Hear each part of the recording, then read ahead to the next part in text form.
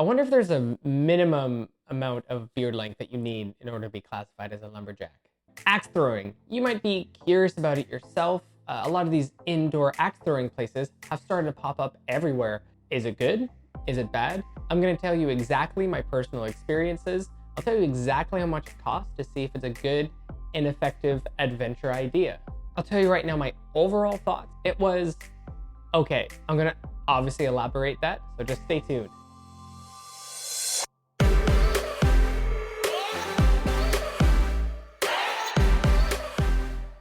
Welcome to my channel, where I take on different challenges and adventures. I'll tell you my personal thoughts and experiences, and hopefully that encourages you to try it yourself. Now, if that floats your boat, maybe like and subscribe. Now let's get into axe throwing. Is it the unofficial lumberjack tutorial? First, what is axe throwing? The good news is that it's very straightforward. It's you have an axe and you throw it at a target and you hope it sticks. Obviously, there's a little bit more to that, but not that much. There's a beauty in its simplicity. A little bit of background. It actually started as a backyard competition in 2006. You know, just boys being boys and their sharp axes trying to recreate the time of the Vikings. Then it moved into a warehouse in Toronto, Canada, and then the popularity just kept soaring from there. Just like the Vikings that they emulate, they seem to find themselves almost everywhere around the world, and now they have so many successful chains and places all around the world. I've got to be like, what, 1% Viking? Have you ever seen any of these lumberjack competitions? Or you've never heard of lumberjack competitions? These flannel-loving, tree-climbing, tree-cutting, axe-throwing competitions of these buff boys and girls do exist. I actually do remember coming back from school when it's an off time and on those sports channels like ESPN or TSN or whatever, they're playing these lumberjack competitions, and I had no idea what was going on, but I was so impressed at the same time knowing out there that there's someone out there who is taking this so seriously that they're training day in and day out to be the world's best lumberjack. Gives me faith. Axe throwing is a small part of that, even though axe throwing has its own specific league. Specifically, I'm talking about these commercial buildings that now host axe throwing. These medieval shooting ranges definitely save a lot on ammo, and now it's a good alternative for a zombie apocalypse. I wanted to do this one because I wanted to look for something a little bit less inexpensive. My last adventure, kiteboarding. What is kiteboarding? It's actually a relatively new sport, conceived in about the 70s and 80s. It was way more expensive than I was hoping for, so just getting something a little bit more low-key, and especially indoors was what I was looking for. We went to a place called Urban Axe Throwing, which is a newer location that was really close to where I live. It was $25 for 1 hour, well, per person. There was another option of one called Bad Axe Throwing. I mean, from a marketing standpoint, I'm not really too sure what the idea behind that was, but it's working because they have over 45 locations in Canada and the United States, with one in the UK. They looked more established, they looked a little bit better, but this location was closer. We had 10% off. 10% off is still 10% off.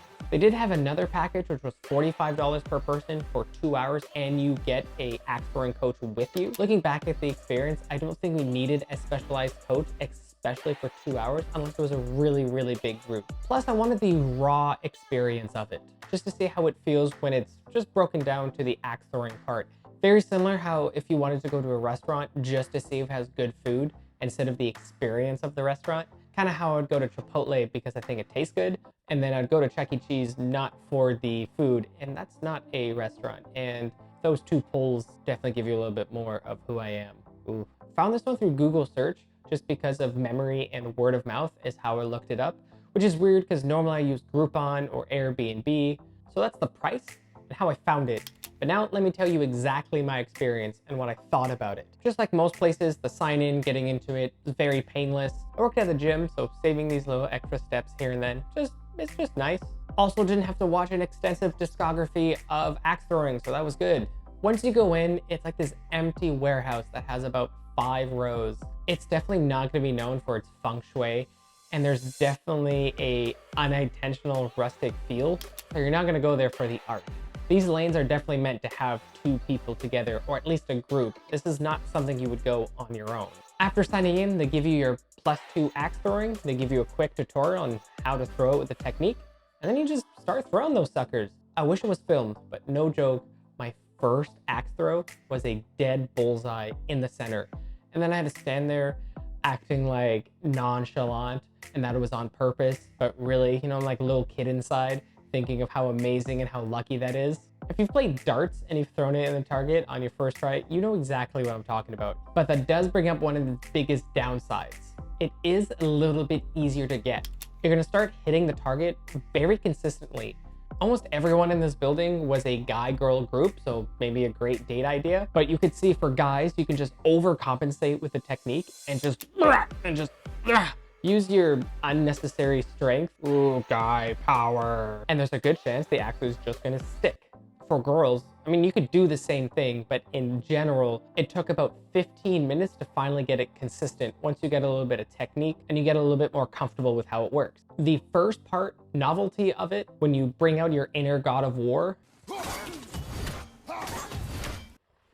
definitely feels good. Myself, once I get it in consistently, once I get the bullseye, it feels really great. For my girlfriend, it took her a little bit to get it, but once you get it, that novelty of accomplishing something, it feels great. The only problem is the novelty kind of disappears a little bit.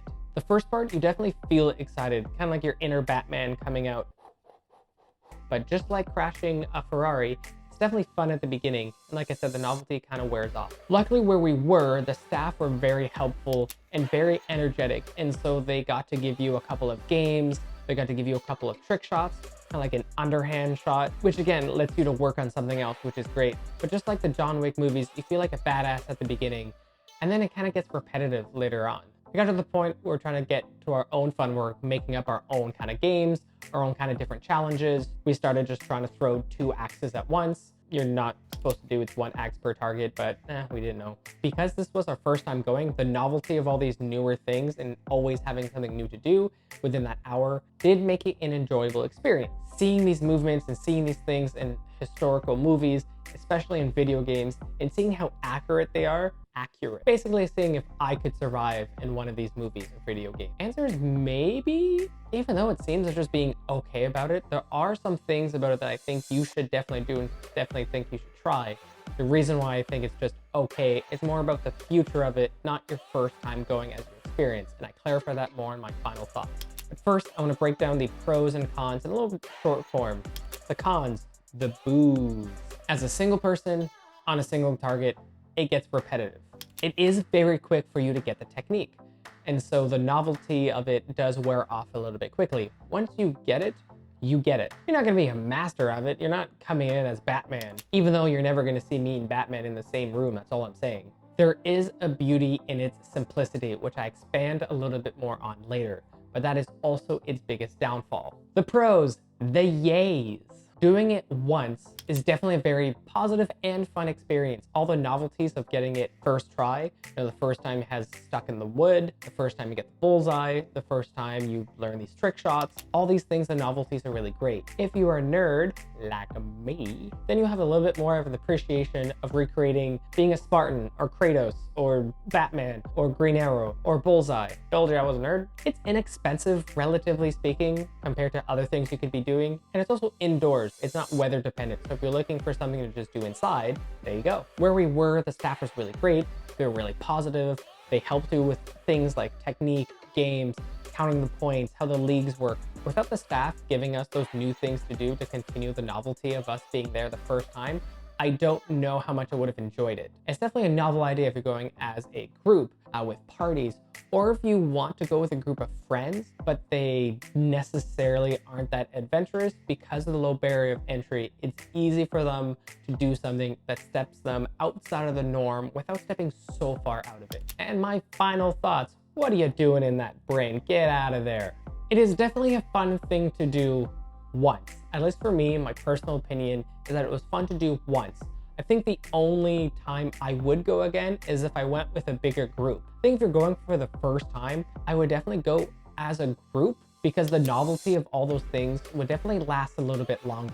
You would also be able to do these games, you do these challenges, the 1 versus 1s, and I think that experience would be a lot more enjoyable. If you do really end up liking this, there's a bunch of leagues and there's communities, so you can always just keep going back if you really, really like it. I don't know, if you just want to get the novelty of the whole thing, you could get a very similar experience learning how to throw knives in your backyard. I'm not suggesting that you would take sharp things in your backyard right now and play with them, but I do have links in the description for knives to throw.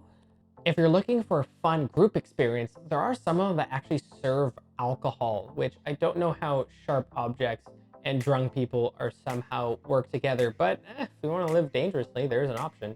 That's just a personal opinion that I'm putting out there in the world. This would be way more enjoyable if it was a part of a bigger, not necessarily a carnival, but a lumberjack school for the bearded youngsters. Kind of like how a lot of arcades now also have bowling in it. I don't know why they don't do that. If for whatever reason you wanted your own kind of knives to throw, or if you want your own axe to throw, a board to throw at it, and some score sheets, there are some links below if that's just something that you really want. But like I said, normally I go through Groupon and Airbnb. So if you wanted other adventures and you want to save a little bit of money, ooh, that's my experience. What do you think? Have you tried it before? Have you tried it and gone a second time? Or are you like a professional axe thrower? I just really want to know if I'm missing something out of it. Let me know down in the comments below, or hit me up on social media, and I'll see you at the next adventure.